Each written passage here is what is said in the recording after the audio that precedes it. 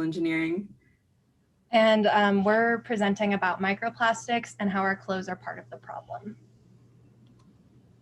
So just a quick overview of microplastics. They are microscopic plastic fibers that occur when plastics break down in the environment. A large culprit of microplastic pollution are synthetic fabrics. Typically, the microplastic fibers are between 100 and 500 microns in size, so they're very, very small. And some impacts of microplastics are they harm marine life when they get into the waterways, specifically in terms of fertility and growth. And the particles are the same size as food eaten by zooplankton in the ocean, and they are the foundation of most marine food webs. So that causes bioaccumulation in predators higher up in the food chain. They're also being consumed and inhaled by people, but the health impacts of that are unknown as of now. So most of the clothes we wear contain synthetic fibers that shed microfibers in the air and in our water supply when we wash our clothes. So as many as 700,000 microfibers can be released from a single load of laundry. And these microplastic particles that are released in our laundry, they bypass filters at wastewater treatments and they end up as recycled biosolids that are used as fertilizer, or they could be pumped directly into our airways.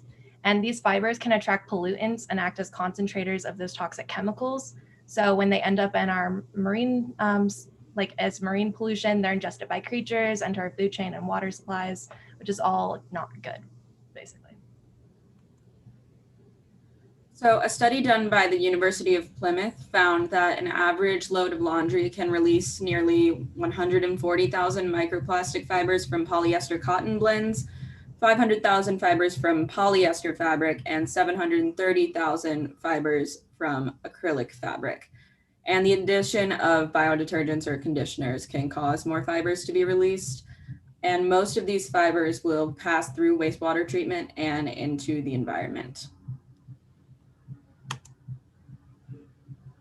So action we can take, the best thing you can do is buy fewer new clothes and keep the ones you have for longer, because when you first wash clothes that are new, they release 8 times more microfibers than the same garment after 5 washes. So washing less often is also important, because like society currently has like people like washing a shirt after wearing it once, where like it's not necessarily needed.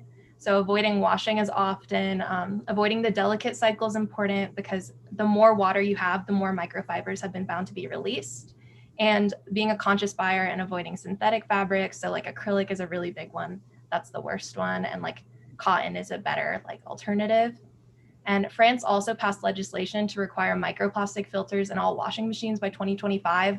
And currently there are none. So that's exciting. There's also other eco-friendly options like laundry bags and balls, but washing less often and with less water volume is more effective, because when you have like a dirty laundry ball, you're probably going to just rinse it in the sink. And our discussion questions are, do you think clothing materials should be regulated? And are there any new solutions you can think of to prevent microplastic shipping?